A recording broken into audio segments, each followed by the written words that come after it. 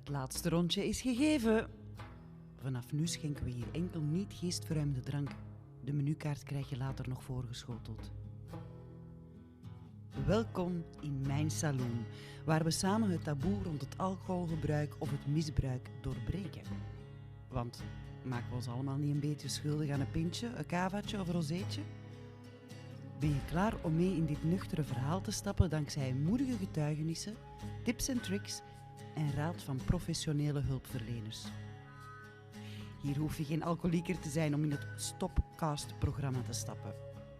Dus schrap de roze olifantjes voor je ogen en wimpel de rode vlaggetjes rond je oren. Met andere woorden, zeg eens A. Alcohol, alarm.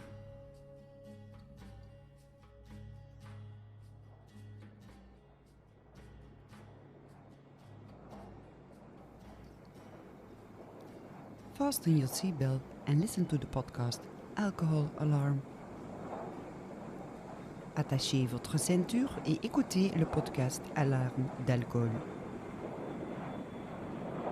Schnallen Sie sich an und hören Sie sich den Podcast Alcohol Alarm an. Abrochate el cinturón y escucha el podcast Alarma de Alcohol.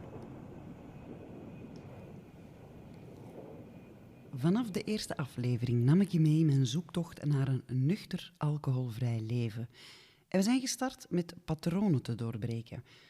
We zijn nu 6 maanden nuchter, of al een heel pak langer, want er zijn luisteraars bij die al jarenlang nuchter leven op hun palmares hebben staan. Dikke proficiat trouwens. En de laatste aflevering deel ik je nu. Althans, van het eerste seizoen, dus niet getreurd. Vanaf 3 augustus verschijnt er systematisch om de 14 dagen een nieuwe aflevering van seizoen 2. Want nu we nuchter zijn, is de uitdaging, de kunst, ja, de kunst met de grote K, nuchter blijven. En ik kan je verklappen, de gasten die ik ontvang hebben al heel wat ervaring, want ik ontvang opnieuw straffe getuigen, acteurs, muzikanten, stand-up comedians, maar ook heel wat coaches met veel gratis tips. Je kan de podcast trouwens volgen door simpelweg op de 3 puntjes te klikken bovenaan en dan krijg je een melding wanneer er een nieuwe aflevering verschijnt. Handig toch? Nu, benieuwd wie die gasten zijn? De komende weken licht ik op social media aan een tipje van de sluier of misschien verklap ik het wel tijdens een zomersaloon-eventje wel meer over. Maar nu dus, als afsluiter van het eerste seizoen laat ik je letterlijk meereizen om een groot patroon dat ons allemaal wel eens te wachten staat te doorbreken. Alcohol op reis.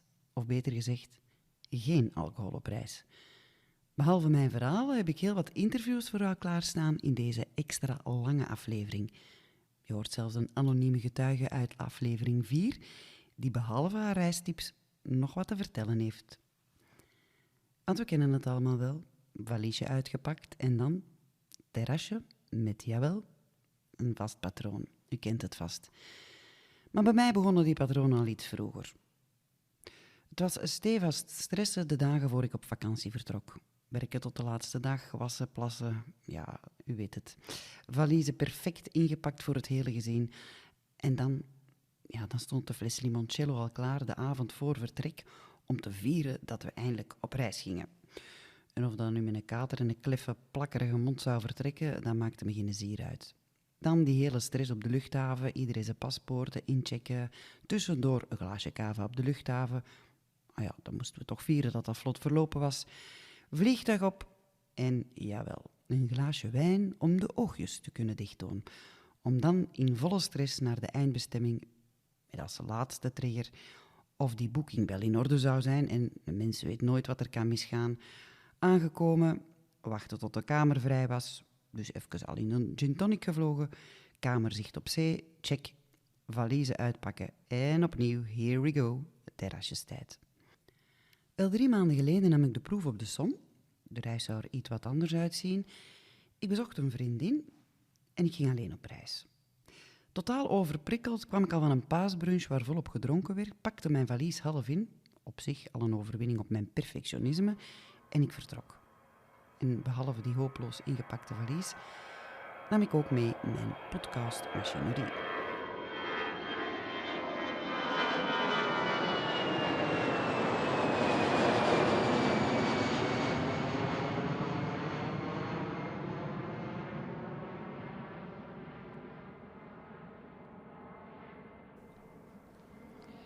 We zijn aangekomen op de luchthaven. Ik heb afscheid genomen van mijn man. Vond ik moeilijk. We zijn 4 jaar samen. Het is de eerste keer dat ik alleen weg ben. Dus ik heb mij dan onmiddellijk een halve liter koffie besteld. Ik loop een beetje verloren in een boekstore. En ik stootte juist op 2 dames die ik hoorde vertellen dat ze naar podcast luisterden. Ja, dat nodigde onmiddellijk uit voor een interview. Ik ga er terug naartoe. Dag mevrouw, mag ik jou eens iets vragen alsjeblieft? Ja, zeker. Ik maak een podcast om de awareness van ons alcoholgebruik onder de aandacht te brengen. Bent u daar bewust mee bezig? Ja, ik ben daar heel bewust mee bezig, omdat ik zelf chronische hyperventilatie heb en alcohol triggert dat heel hard. Ik probeer in mijn zoektocht stapje per stapje de foute patronen te doorbreken. Wanneer was het bij jou de moment dat je zei, nu de blok erop?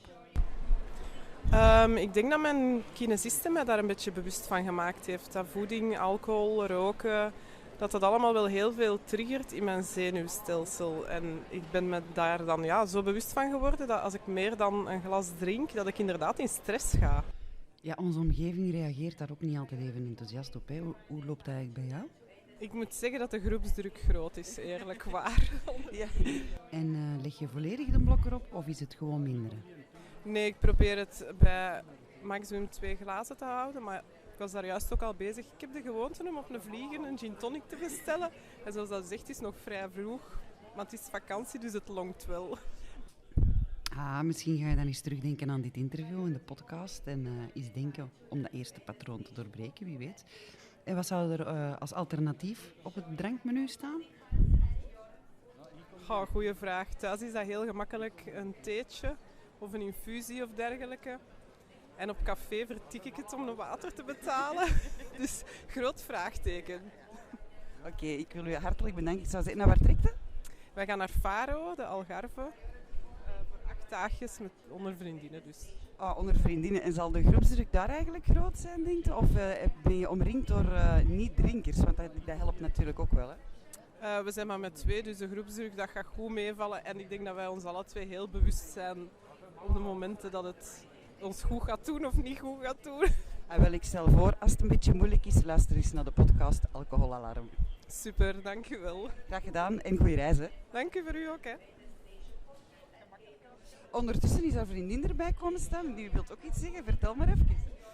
Ja, dat we daar eigenlijk al lang mee bezig zijn en ook soms een maand invoeren van niet te drinken.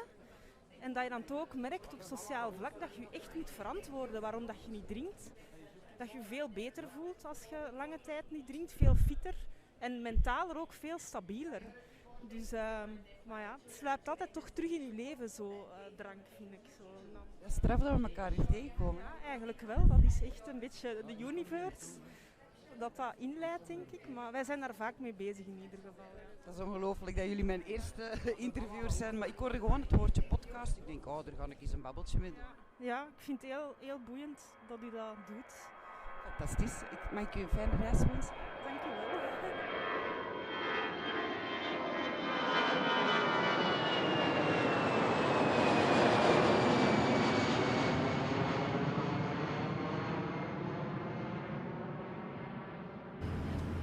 En ik zit hier dan op het vliegtuig. Het is een gelukkig een heel korte vlucht. De mensen naast mij willen interviewen, maar die spreekt alleen Spaans en ik denk niet dat hij een goesting heeft in een babbeltje, maar ik kan dat zo beter eens proberen. Ik ben ook niet gewoon van Ryanair vluchten te pakken. Ze komen op dat korte uurtje toch nog even rond met kerken. Dus ik ga sowieso iets bestellen. En ik heb hier al mijn eerste stoot eigenlijk gedaan, want ik heb koffie besteld en ik heb gereclameerd.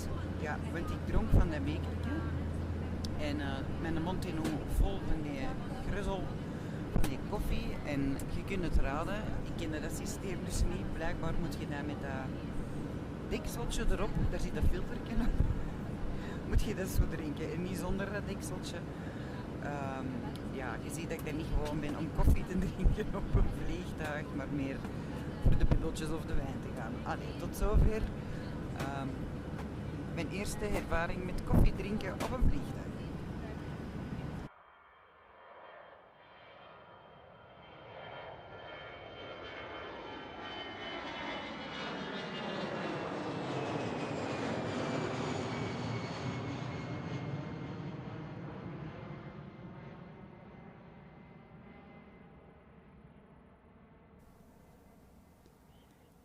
En hoe fijn zou het zijn ergens te landen en dit te mogen horen. We interrupt this broadcast with this urgent message. As of today, from advice from the Health Secretary and other governing bodies, the sale of alcohol is now prohibited within the UK. Production, importation, transportation, and sale of alcoholic beverages is now banned across the United Kingdom, and anybody caught will face severe penalties. We will bring you more about this throughout the day as it progresses, but I repeat, as of now, the sale of alcohol is prohibited across the United Kingdom. Maar ik ben niet aangekomen in Engeland, maar in Spanje op mijn bestemming. En wat een geluk, de vriendin waar ik uitgenodigd ben, die drinkt niet. Dat was al vooraf een goed gemaakte slimme zet. Elke dag supergoed gezind. Goedemorgen, Evie. En dus ook mijn redding. Want het heeft hier van de 5 dagen dat ik hier ben, denk 3 dagen pijpsteel geregend. Gelukkig had ik mijn laptop bij om wat te werken. Jawel, op vakantie werk, ik weet het. Maar niks doen, dat prikkelt mijn zin weer naar alcohol. Dus dat is toch nog altijd een oefening, leren niksen zonder die roes. Nu, bovendien werden we elke avond uitgenodigd om te gaan dineren met de residentiële gasten. Wat op zich heel fijn was dat ik daar mocht aan deelnemen, maar ook best zwaar. 3 maanden nuchter, nog de balans aan het zoeken tussen 2 jaar telewerk en opnieuw buiten komen, ook overprikkeld aangekomen. En gasten aan tafel die dus wel dronken. En ik blijf erbij, niet te drinken is de beste oefening in leren nee zeggen.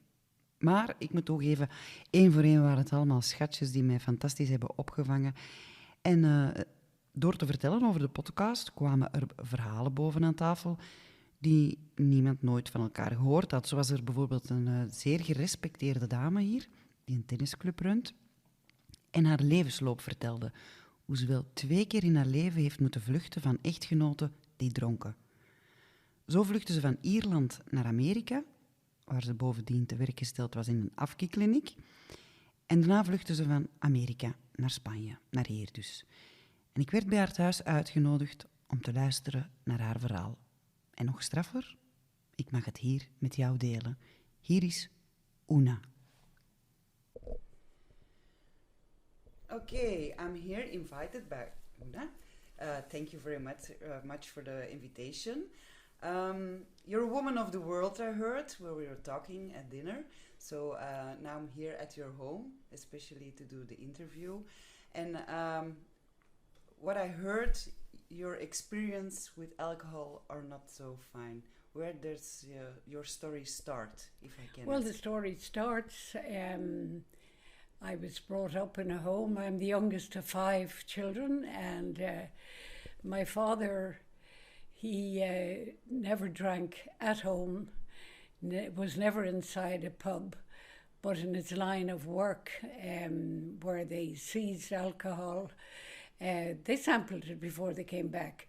So I had seen a little of and you lived the effects. The effect. It was in Ireland? In Ireland, yeah, yes. In Ireland, yes, yeah. And because Ireland is such, drink is such a socially accepted means of entertainment, but then obviously it gets abused, like everything in life, at times. At times, yeah. So then I married when I was 21. Mm-hmm. My husband was 16 years older than I was, and it took me about 3 months to realize that he had a problem, a big problem with alcohol. And he convinced himself that he was only going out for 1 drink. But as I started going out with him, I discovered it wasn't 1 drink. It was always whiskey, pints of Guinness, whiskey, glasses of Guinness whiskey. And then when we got home, because we lived in a small town and he was a respected businessman, everything had to be kept respectable. That was the name of the game. Yeah. So neighbours, nobody ever knew what went on behind closed doors. Yeah. And it changed my life. He treated me like I was the eldest of his children. And I wasn't allowed to answer back or say anything. I just had to put up with it. And when he came in at night, then the abuse started. He was physically abusive. Yeah. He used his fists and his feet. Oh. And that's what, but it was always, if I went to leave the bedroom, I wasn't allowed because he stood against the door and I couldn't get out. So it went on from bad to worse as the years went on.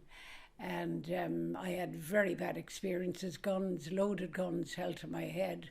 Oh my life threatened, my children's lives threatened. And eventually I worked in the business with him. And we had a wonderful relationship in business. But as soon as he crossed the door of the home, then it all went downhill. And eventually I plucked up the courage, having put up with 20 years of abuse. 20 years? 20 years. God. And I had been told by a doctor that years before that I should get out. But when you have 4 young children, where do you go, So I couldn't go anywhere.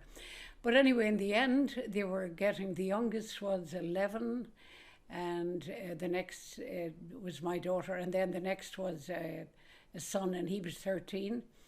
And I decided to go to America. Wow. And I had a sister. It was a big, big jump. But I had a sister in America. Yes. And she told us we should come there, start a new life. So my oldest daughter, Una, who's not comfortable talking about any of this at all, There's a very big denial problem there. But anyway, she decided to get a job in Dublin because she told me at one stage if I couldn't get her father out of the house, she was leaving. Yeah. So obviously I couldn't get him out, so she left. And she was 16 and she took a job in Dublin. And then my oldest son, who was 2 years younger than Una, he decided somebody had to stay at home. Yeah. With her father, so he stayed. He opted, yeah. And you jumped, you take the jump and go. So I packed up and I left. And I went to America and I had the 2 children in schools there. And when they graduated from high school, they both decided, my youngest daughter came back to Ireland and my son joined the army in the States. Okay. So then life went on. I had a very happy life there. I could come and go as I liked. I worked as a medical assistant for 25 years in America, and I had tremendous experience in the field of alcoholism because my boss in the first job, which was 23 years, he was the director of an alcohol and drug abuse rehabilitation center. Okay. Plus he had a family practice, so I saw everything and anything I can imagine that I could possibly see. And I did several courses in counseling in the States. So then I was on my own, happily on my own, swore I'd never marry again. But an old school friend from way back, I knew him when I was at school. We happened to get together and he convinced you to go. He came to America and we got married. Your face. And then he developed, well, he hadn't got an alcohol problem in Ireland, but he certainly developed one in America. Yes. And that became a big problem. Of course. And so then we thought, he only stayed for 4 years and we decided to up and leave America and come to Spain. Yeah.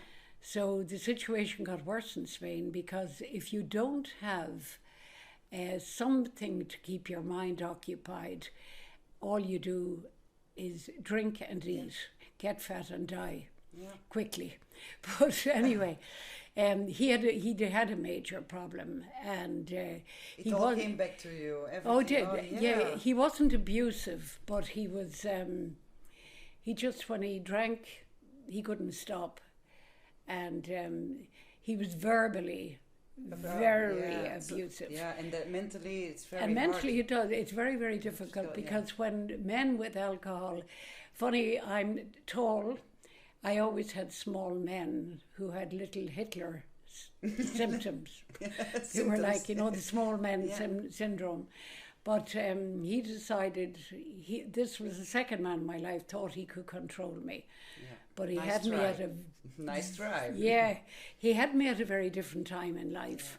Yeah. I'd been through the control bit, and I swore no man would ever do it to me again. Oh. So he started, but I stayed strong with him. Yeah. And I left him once or twice, went back to Ireland to try and get my head together. And so then, in the end, he had so many bad falls from drinking, just kept drinking, that he developed dementia in the end. And he was diabetic, and he just kept drinking, and it made for a very unhappy home, because we were very happy to begin with. But in the end and then he became extremely ill. He had to have a limb amputated, and that didn't help the situation. So it was just like it. And the funny thing is, I should be against alcohol and alcohol drink. People drinking alcohol, but I'm not, because I'm as good as the next. Mm-hmm. I enjoy a drink. My drink of choice is a rum and coke, and I love one the middle of the day, and that's it. And in the winter, I like a glass of port going to bed. But I have never, ever lost control. I have never been drunk in my life, because I'm afraid to lose control of myself. So I'm always I'm a disciplined, I would say, drinker. If you have the discipline, you can do it, but lots of people... Oh, lots of people can't. No, I've seen it. Yeah. And I have seen... The brake is broken, like we say. That's it. Yeah. But I've seen, like, my first marriage broke up because of alcohol, which really and truly ruined it. And then the second marriage, I was determined to make that work, because when you have an alcoholic husband and your children are small, it is very difficult to try and cope, because you're trying to protect your children, and therefore you stand in line and you take all the abuse. And when men are like that and they can't control you, they try to reduce you, to make you feel that you're nothing, that you're a useless human being, and you'll never amount to anything. Because I remember when I left the business, I said to my husband, I'm going to take a job in Dublin. And his response was, nobody will employ you. And my thinking was, you can say all you like, but I'm going. And I went. So, I've seen it. I've seen the homes broken up, and badly broken up. And what you do in Ireland particularly, the men come in and they beat their wives up. And then you all march off to Mass, good Catholics, great family. And you put up with that again. You go for appearance sake. And in fact, when I left Ireland, I was just about to leave, and the local pub where we used to drink, people always came over to me. They couldn't believe it. They said, we thought you were the happiest couple. Yeah. Because the appearance, behind you put closed it doors, on. nobody knows what Nobody knows. But it wrecks. Alcohol does wreck, because a certain amount of people can drink, but then other people, and it's just chemically they're imbalanced because of it, and they cannot handle it at all. So I won't say it's not their fault. It really isn't their fault, but an awful lot stems from the background that they came from. Because when I was a child, there were 5 of us. None of us ever took a drink. We never smoked. And I have 2 brothers now, never drank and never had a cigarette in their lives, and they're in their 80s now. Whereas the women, we were all in our 20s before we even tasted Taste alcohol. the first time. Yeah, that was kind of the first time. Yeah. And then at the time, alcohol was becoming very much... Popular? it was very popular and was very What time popular are we speaking socially. of? What was it when it came up, when it became popular? What time? And that was, I would say that was in the 60s. The 60s, It yes. began to take over. The golden Because years. before that, you'd go out on a date, and what would you have? You'd have a bottle of orange and a bag of crisps. Yeah. And that was all was you it, had. yeah, And yeah. you cycled everywhere. Everything was geared towards health. Yeah. Not that your family were trying to make you healthy, but it was just a natural thing to do. Yeah. You never had time to be bored. You were always involved in something. But in the 60s, things changed. And then the drink started coming in slowly. And it really copped on very fast. And I found the difference between the 60s and the 70s. I was very involved in sports, and particularly in the tennis field in Ireland. And I used to find that there was no such thing as a bottle of orange. It was in, if it was a cold day, it was hot whiskies, and there was all, it was just acceptable. That was the whole thing. But nobody was getting polluted or otherwise, it was quite amazing. But it's, I've seen the damage so much. Like in my own life, I've seen it. Working in the alcoholic field, I've seen disastrous things happen to families. And it didn't just start, it's not the people, it's nothing to do with the class of people. No, absolutely. It has nothing to do with it. It's just people get addicted very easily. It's more addictive than smoking, and obviously it's more addictive than drugs. Some of the drugs. Yeah, and it's also available everywhere. It's readily available. Yeah. That's the problem. And as they put the prices up in Ireland, people that can't afford food for their families can afford the alcohol. Yeah. But when I was in the States, heroin was the drug of choice then. It was huge at the time. And but alcohol far outdid it. Yeah. Alcohol was always... And you had young people, particularly coming in from Ireland, coming over trying to start a new life. In America. And the number of these young men that just went right down the tubes, they never saw so much alcohol at such a cheap price. They thought they were in heaven. They very nearly were. Two of them, I think, passed away as a result of alcoholism. It's a very tough disease, and there's no cure. It's up to the individual. Yeah, That's it. It's all in your mind. It is. Yeah, It you is. have to be strong. Yeah, you have to be, but you can't tell anybody, and you can't do it for anybody. It has to come from within. And it's the strength they have. Some of them, I've seen people go into rehab, come out very successfully, and they've been in. Some of them are in for like 6 months, and they'd come out and everything was going fine, and the next thing you hear, they're back in again. And looking at it, you're thinking, what the heck is wrong with them? Like, the money is down the tubes. It's not cheap in America to go into rehab. But they'd come back out and the same thing all over again, until eventually alcohol took over, and that was their destiny was with the Lord. Yeah, you have to do it by yourself. You have to believe in it, believe in yourself, but we can help each other a little bit. Oh, and absolutely. you do it absolutely. Yeah. Thank with sharing your story with us, because it's very interesting. You need the support, and you need the support Yes. groups, and I have great admiration for AA because they really put themselves out on a limb to help people. It doesn't suit everybody. No, but for the people that it does suit. I have a stepson, and when he was 17, he lived in Ireland. He worked in a bar, and at 17 he became an alcoholic. And the parents at the time they didn't know what to do with him. And he had a cousin living in a part of Spain, and she said to him, come over. And he came over. He had gone totally to the dogs.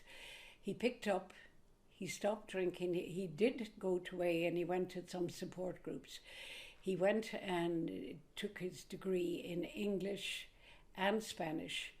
He is now running a business with something like 30 people employed here in Spain. What a beautiful story. Yeah, his a successful story, and he's never touched a drink again. He was he was actually a kid that was in school that was bored with school, and there was nothing for him. So he decided, he took a job part-time in a pub, a local pub, and he knew everybody knew him, and he was a lovely, lovely young man.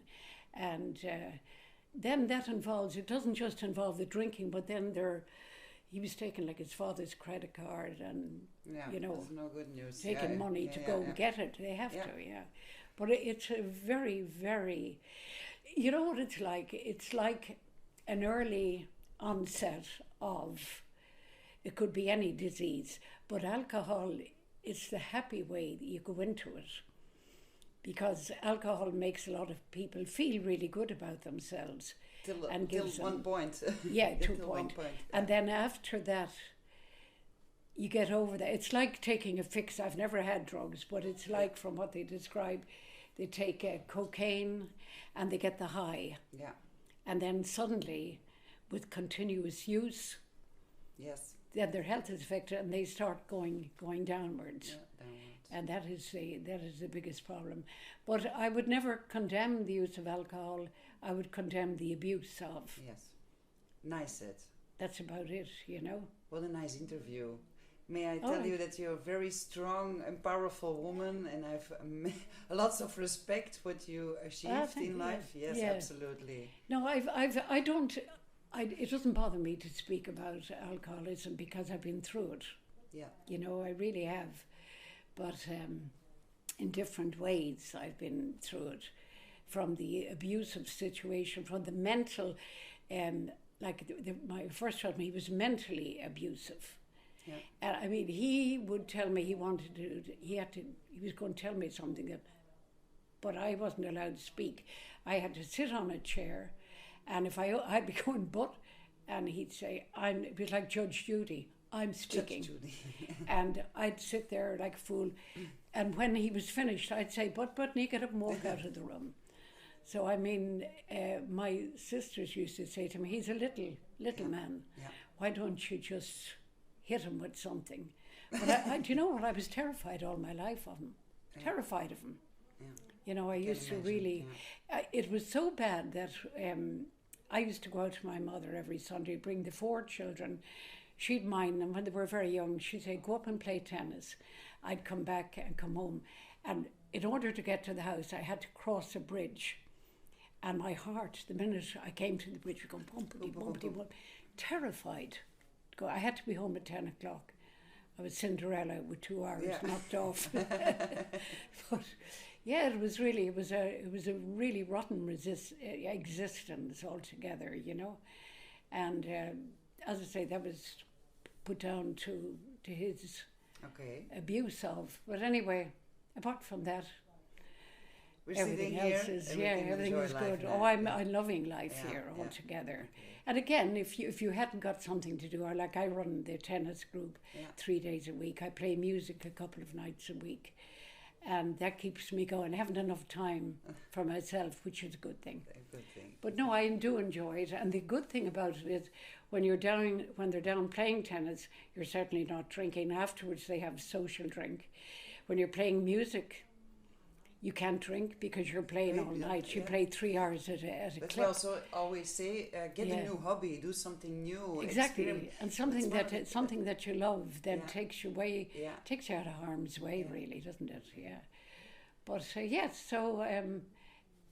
speaking about it doesn't bother me. The way I've had the 2 husbands, I forgive them for all the badness they've done. Give it a place, and they rest in peace. But I will never forget what. And the trouble is with my own children, they don't remember. And particularly with, she doesn't want to know, I often wonder, I'd love to get into her head to know what kind of dreadful memories she has of growing up, because she was the eldest. Yes. And my youngest daughter came to take care of me after the surgery. And she asked, the question she asked me, I was dumbfounded going back over the years because she didn't understand. And she was trying to get me to explain to her now. She's 52 and she's asking me now about things that happened.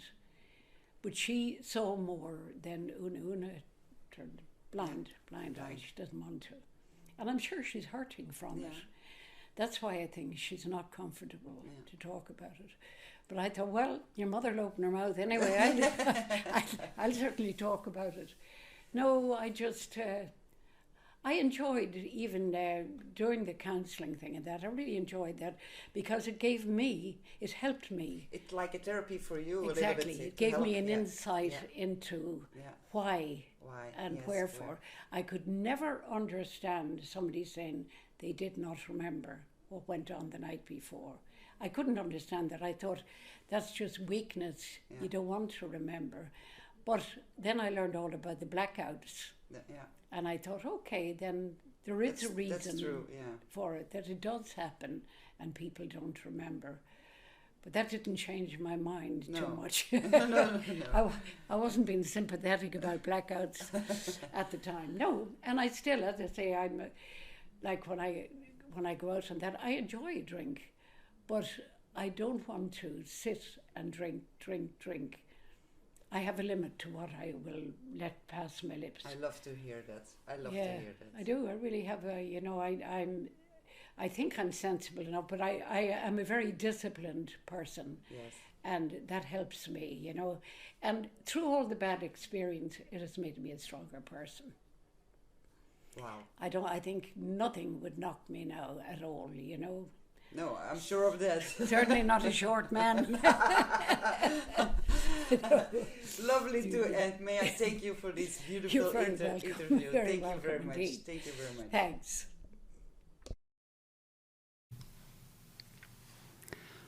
Ook had ik de eer hier in Alicante een Zuid-Afrikaanse diplomaat te mogen ontmoeten. Uiteraard wil ik de gebruiken op band hoe het in de contraille zit met het drankgebruik en hoe in zijn functie met alcohol werd omgegaan. En zo neem ik je een beetje mee op reis naar Zuid-Afrika samen met David. Hi, David. I'm very happy you want to talk with me about alcohol all over the world. Because for your job, you traveled around the world because you were a diplomat. So tell me, you are from? From South Africa. And you can tell me something about the policy over there, alcohol. Is it easy to get? How does it work over there? Well, in South Africa, it's I suppose like everywhere, it's pretty easy to get. And it's part of our social structure. People go out have drinks, especially at the weekend. Although a lot of entertainment is done in people's homes. At home. And we have open houses, things like that, where people come along. You get a social to get together, maybe 30, 40 people. And at weekends, I may have an open house. So everybody comes round, they bring what they want to drink, what they want to eat. And I will light a fire. We call it a braai. A braai, yeah. And they will cook their own food and drink their own drink. Because you can't pay for 40 people every that's time normal, at yourself. So, and people, so somebody may want a steak, somebody may want sausages. They bring it, they cook it. And the good thing is at the end of the evening, what they haven't eaten or drank, they take home with them. Okay. Yeah. Okay. Yeah. So that's okay. If you have a birthday party or a celebration, then of course you will invite your friends round and you provide all the food and the drinks. But that's a sort of fairly typical South African way of doing things. Okay. And always celebrate something with alcohol, I suppose. Well, yes, we're quite well known for liking a drink. Yeah. And the wine is very good in South Africa. South African wine is very, very good. Yes, that's true. As you know, it goes all over the world. And we have some very good beer as well. Okay. Not as good as Belgium. We have so many different kinds. Yeah. But, we have basically lager, Castle Lager, Lion Lager, which many South Africans like. Although real beer drinkers tell me that this is rubbish. It's not real beer. Okay. But I don't know so much about But you beers. traveled all the world.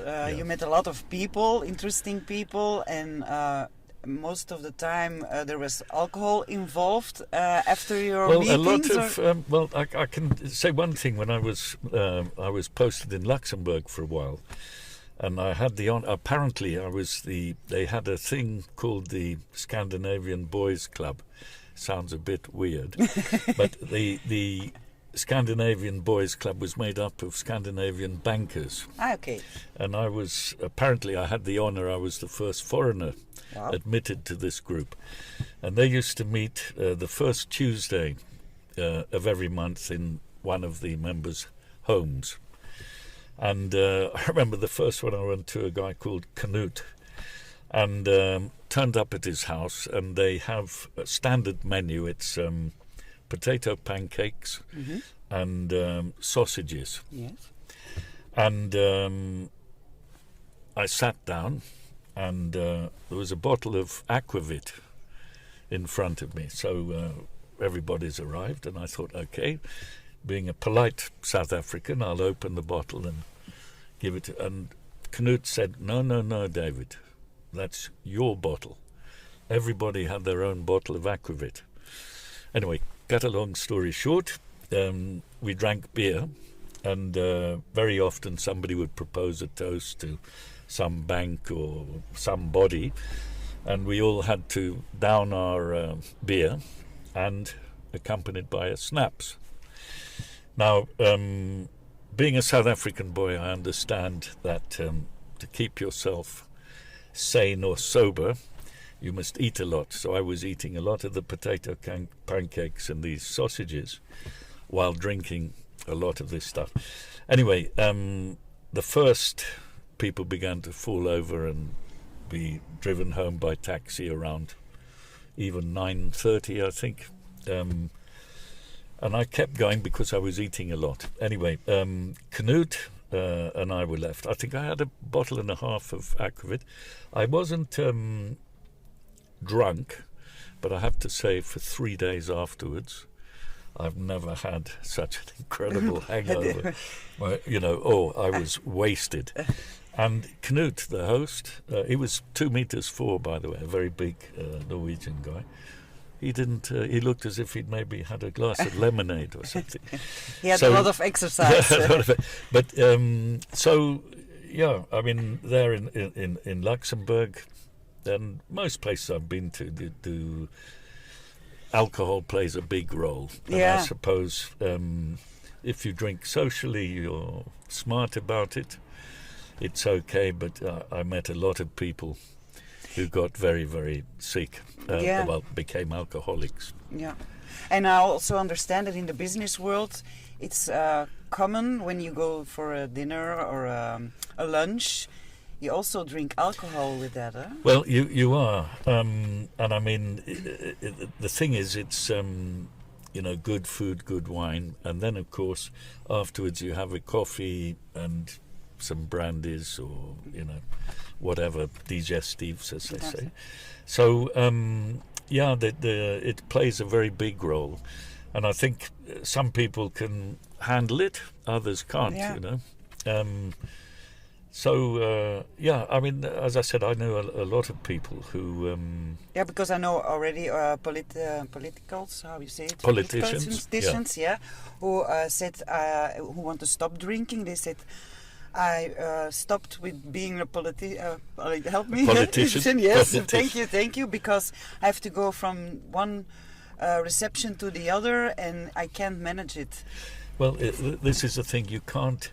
I mean, you might be able to get away with having a few glasses of water one day. See, I've on antibiotics or something. I've got flu, but it's part of always that excuse. Life, you can't have flu 365 days a year. So, it's it's part of that culture. Yeah. Sadly, No problem. Take it off. Excuse me. No notes. Yeah, so it is, I don't know, sadly, but for some people it is sad. Yeah. One last question. Is there one country you say their policy is right, or they're a little bit smarter with that, or I don't know, in the north, or I don't know. I can't really. It's a worldwide problem, I think. It is a worldwide problem, and sadly, you have peer pressure. Younger males, you're not a man unless you drink, and when you get older, you're supposed to be able to handle your 5 brandies or so, and so there is. Sadly, it's part of our culture. Yeah. Perhaps cultures in the East that don't drink. Mm-hmm. Might be better off, but I think, like everything, in moderation, there's nothing wrong with alcohol. The problem is if you've got breakfast meetings, lunch meetings, dinner evenings, you can get into trouble. Yes. Because you're expected to have a glass of champagne or whatever at breakfast, lunchtime, and so on, and then of course it builds up, and you're heading for disaster. That we don't want disaster. No, exactly. That's why we're making the podcast Alcohol Alarm. Well, no, it's very important. Very important. Thank you very much for this conversation, David. A pleasure. Thank you. En David was de laatste op mijn tripje die ik interviewde. Dus terug in mijn saloon besefte ik dat ik totaal uitgeput ben thuisgekomen. Dat tripje dat kwam gewoon veel te snel voor mij. En ik kan zeggen over die personen die ik heb geïnterviewd, je komt wel heel toevallig die personen tegen, maar niks is minder waar in dit geval. Iedereen heeft wel ergens een link met alcohol. En zo deed ik ook 3 maanden geleden een warme oproep naar luisteraars over heel de wereld. Ja, want jullie luisteren massaal vanuit alle continenten. En ik kreeg daar gehoor aan. Ik kan het misschien al raden waar, vanuit mijn happy place. Maar hey, we zijn me daar precies toch nog niet vergeten, want we luisteren nu naar Katja. Hey, ik ben Katja en ik woon in Bali, Indonesië. Ik ben een trouwe luisteraar van EVR Podcasts. Ik vind dat ze dat fantastisch doen. En ik denk dat ze daar wel in slaagt om veel mensen bewust te maken van wat er aan de gang is qua alcoholgebruik en misbruik dan vooral. Ik denk dat veel mensen dingen gaan beseffen. Ze gaan dat waarschijnlijk niet toegeven. Maar ik vind dat ze dat fantastisch goed doen. En ik heb ook een verhaal hier zo 18.000 kilometer verder dan waar dat zij haar podcast opneemt. Wij hebben zelf een bed and breakfast. Dus er zijn altijd, bij ons logeren er mensen, gasten, die dan op vakantie zijn en in vakantiestemming, uiteraard. En dan wordt er al eens een glaasje meer gedronken, wat al logisch is. Ze hebben heel het jaar heel hard gewerkt en heel erg naar die vakantie uitgekeken. Dus wat gebeurt er dan? Ze zitten bij ons aan het zwembad en ze bestellen een gin tonicje en drinkt eentje mee. Hè. Of ze doen een flesje wijn open en je drinkt toch eentje mee. Hè. Ten eerste, dat is ons job, niet om mee te drinken, maar ik bedoel, mensen betalen dat. Dus, en het is ook wel gezellig, moet ik eerlijk toegeven. En in het begin deden we dat dan. Maar dan vragen er mensen het heel vaak bekend volk over de vloer, vrienden of kennissen. Je gaat toch mee een hapje eten vanavond? Of je gaat toch mee een sunset drink doen aan de zee? En op den duur, drinkte elke dag alcohol.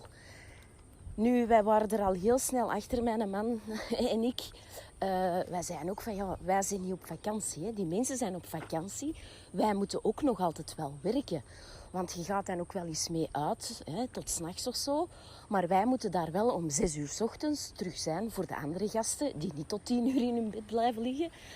En dus we waren daar al snel achter dat we dat niet konden blijven doen. Dat is ook een duur grap voor ons. En dat is ook gewoon niet gezond. En dat is ook niet normaal. Dus wij zeiden ook vaker van... Nee, wij gaan niet mee. En mensen begrijpen dat ook niet altijd. Maar om een heel lang verhaal kort te maken. Dus hier... Ik denk dat het hier ook wel moeilijk is om een beetje een balans te vinden tussen een glaasje drinken een keer voor de gezelligheid en u niet elke dag laten meeslepen en elke dag drinken. Want dat is enorm ongezond. Hè?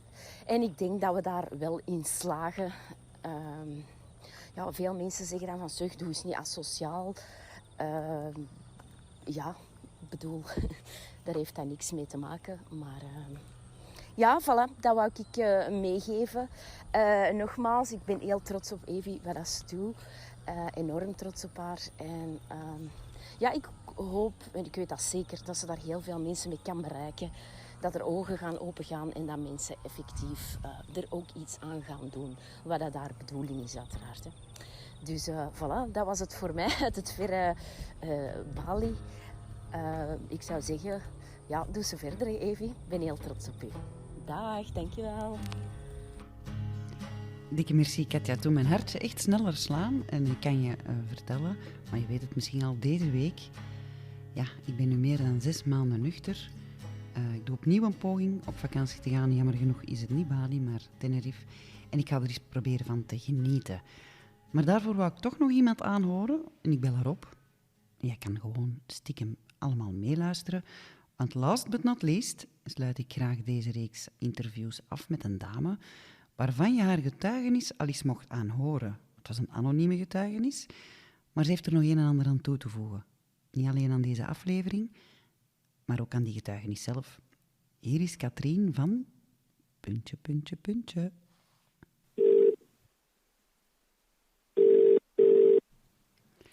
Dag Katrien, welkom. Jij zei op vakantie geweest, want jij hebt een post geplaatst in de groep en niemand weet natuurlijk niet dat jij dat zei, uit aflevering 4, maar daar komen we zometeen op terug. Want jij bent pas op vakantie geweest, vertel eens. Zoals heel mijn leven. Ik ben nu 10 jaar met mijn man. Wij gaan altijd naar zo van die heel grave all-ins. En wat is er leuker als je een all-in pakt voor een alcoholieker? Ja, een all-in zelf, hè. Dus want je rekent dan uit, hè? Je rekent dan uit wat je... Ja. Helemaal uit. Dus van 's morgens tot 's avonds drinken. En... Dus, ik had er wel een beetje bang van. En ze hadden bij jou ook gezegd van dat komt wel goed, dat komt wel goed. Enfin, dat begint dan al als je in Zaventem aankomt. Normaal, eerste vlucht, kunnen wij nog rap naar de VIP gaan. Dat was normaal rap, 2, 3 glazen kava achtereen.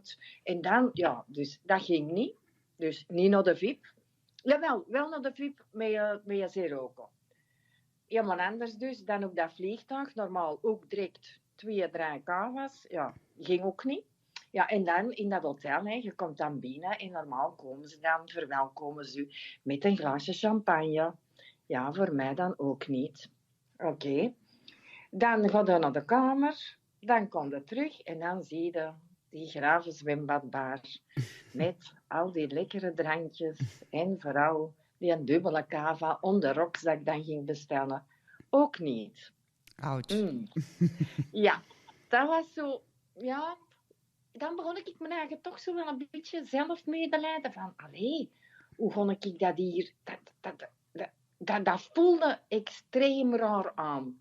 En dat was echt zo dat duveltje dat er zat van, wij vroeger, gezellig, je zat hier dan met een cava. Nou, vroeger was ik toen al goed dronken natuurlijk, want ik was dan al van 5 uur aan het drinken.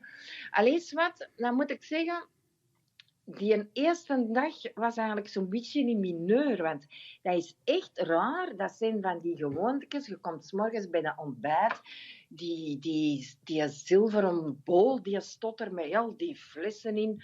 Normaal gezien trekt 's morgens bij mijn ontbijt 2, 3 glazen, want zo moeten we een dag beginnen. Ook niet. Hè? Mm-hmm. En Dan heb ik een beetje ontzettend geweest in mijn groepje van mijn lotgenootjes van de AA. Die hebben mij een beetje gesteund. En na een beetje zelfmedelijden was dag 2 zoiets van... Ja, Katrien, eigenlijk... Het is wel chill. Je bent helderder en je geniet. En ineens was dat knopje omgedraaid. En ja, dat viel mee. Maar ik moet zeggen, die eerste 2 dagen... Even doorbijten. Een jaar en 4 maanden was ik toen nuchter. En dan weten van... Ja, je zit er nog niet, hè. Nee. Met heel veel triggers, hè. Een hele dag. Want je zit van al die jaren dat gewoon... En je ziet alle mannen een hele dag van de ene drank naar de andere gaan. Dan was er veel ouder publiek. En ja, die dronken wel allemaal, maar niet zat. Maar wij waren dan normaal altijd de enigste 2 die dat er dan al lallend en al zwalpend rondliepen. Dus eigenlijk wel ça va. En dan s'avonds gingen wij in plaats van direct naar ons bed van zattigheid. Gingen wij nu lekker op het terras naar de zonsondergang zien. En romantisch. Ja, echt wel tof. En dan een wandelingetje. En ja, je kreeg er toch wel veel van in de plaats. Het was een andere vakantie, maar een beter. En wat dat wel super was, dat mijn man, die heeft ook heel weinig gedronken. In de dag zo'n paar aperokes, zelfs geen wijn bij zijn eten. Dat hij achteraf zegde van, ja, het is toch wel... Deze vakantie is de beste vakantie dat we al ooit hebben. Amai, dat is wel schoon. Ja, het is even doorbijten.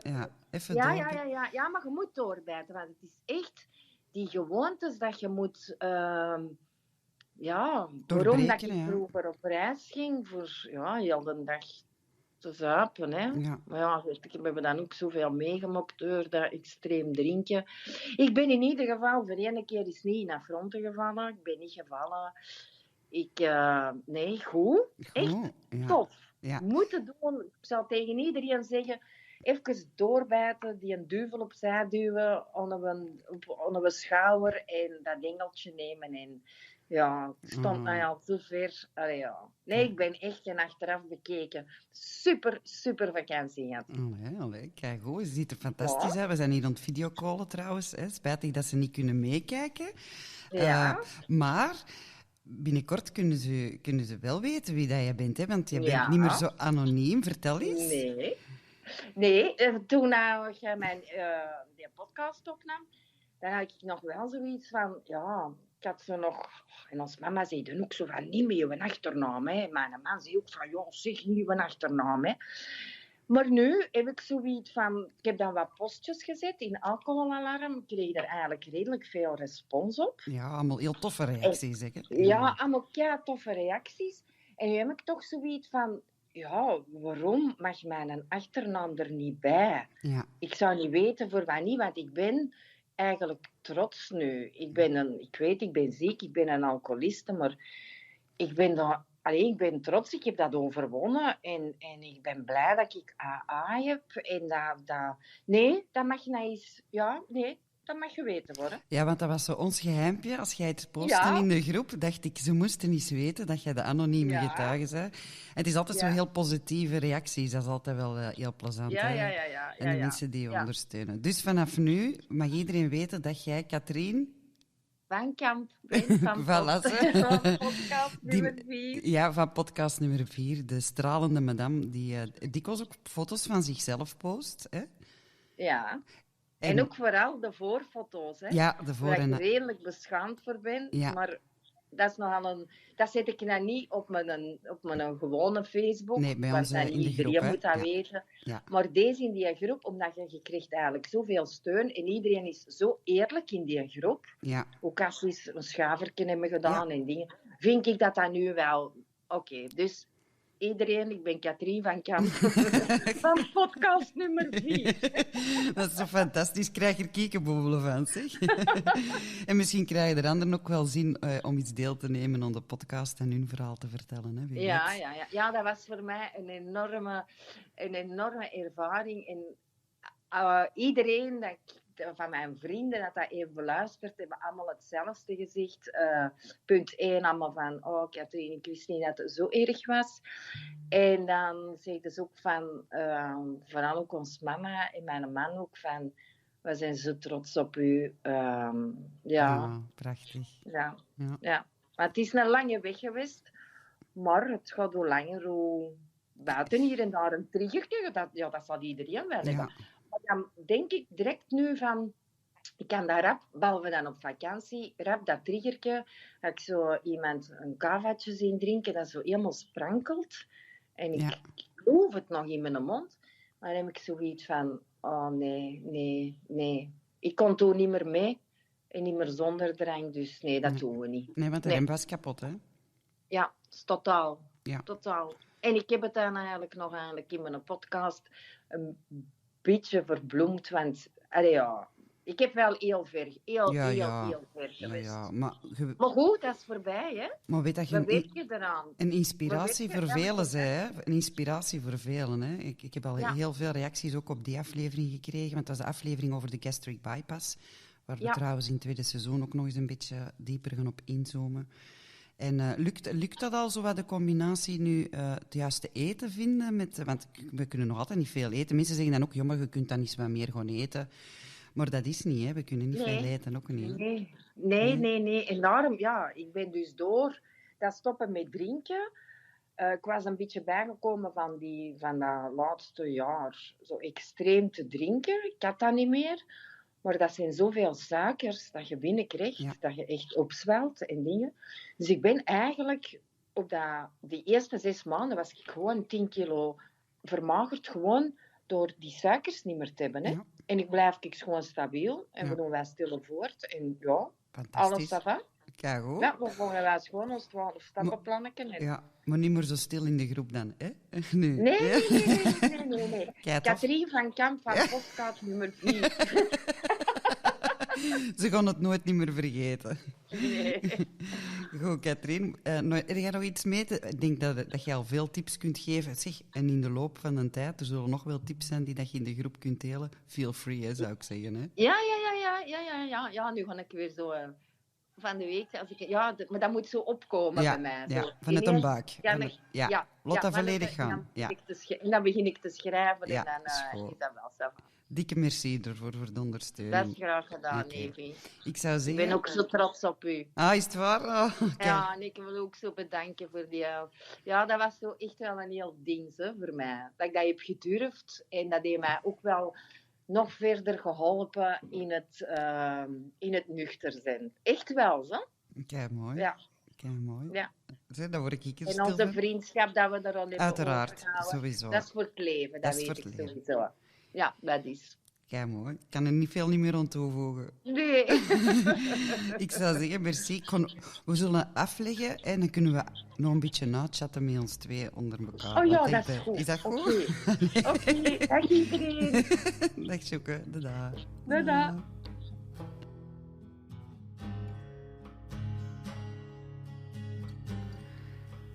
Voilà, we zijn bijna aan het einde, maar niet vergeten, je hoort mij opnieuw terug in augustus. En je zal merken, dan praat ik nog minder tegen mezelf. En of dat dan nu is door te stoppen met drinken of de straffe boeiende gasten, dat maak je zelf maar uit. Hier nog een paar tips. Je weet het, behalve op reis, zie je nu alle terrassen overal vol staan met cocktails en alcohol. En ook heel ongevraagd op jouw social media verschijnen. En dan denk ik, waarom moet daar nu altijd een tafel met 2 glazen of zoveel glazen alcohol bij staan? En ik pleit schuldig, hè. Ik deed vroeger net hetzelfde. Maar bij deze een oproep, trek eens een fotootje van jouw watertje, frisdrank, mocktail of gemberdrankje en deel het op social media. Maar wij doen dat met een grote glimlach erbij. Want dan mis ik meestal op die foto's, hè. Dat is een schone lach.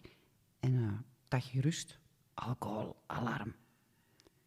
En nog een tip. Blijf vragen naar die alcoholvrije alternatieven als ze niet op de kaart staan op restaurant. En de grootste tip, vooral, geloof in jezelf. En als dat even niet lukt, dan zijn wij er nog. Ja, want ik ben niet alleen. En moest je daaraan twijfelen, ga dan maar eens piepen op onze Facebookgroep.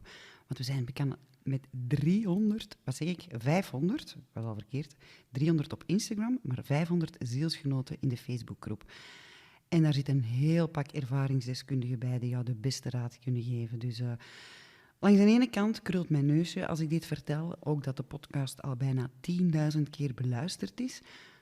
Maar eerlijk gezegd is het ook een beetje triest, want dat betekent dat er wel degelijk een zwaar maatschappelijk probleem is. En dat kunnen we alleen maar samen onder de kaart brengen. Dus vertel het voort en blijf luisteren. Naar goede gewoonte sluit ik deze aflevering, maar nu ook dit eerste seizoen af met een gedicht. Maar wie weet komt er tussendoor wel een bonusaflevering, blijven volgen dus. Maar dit gedicht die stond al heel lang geprogrammeerd om in deze reisaflevering te publiceren. Maar hoe vies is het dat deze schrijver nu net vorige week overleden is? Ja, want wie een beetje mee is in de geschiedenis van de Nederlandse literatuur, kent vast wel Remco Campert. Hij maakte deel uit van de literaire lichting van de 50ers. Een bejubeld Nederlands schrijver, columnist, maar ook als dichter die bekend stond, en luister nu goed, voor de grootste feesten te vieren onder het genot van alcohol. Heel veel alcohol. Hij brak door met de roman Het leven is verrukkelijk. En toch, in 1970 schreef hij volgende tekst die ik graag nog wil delen. En ik vraag me erbij af, had hij toen al een glazen bol? Wist hij dat er ooit aan de alcoholalarmbel zou getrokken worden? Je luistert nu naar het eerste deel van het drieluik met als titel Iemand stelt een vraag. En als kersting op de taart van seizoen 1 lees ik de tekst niet zelf. Maar weet jij naar wie jij nu luistert en wij als eerste gast mogen begroeten in seizoen 2?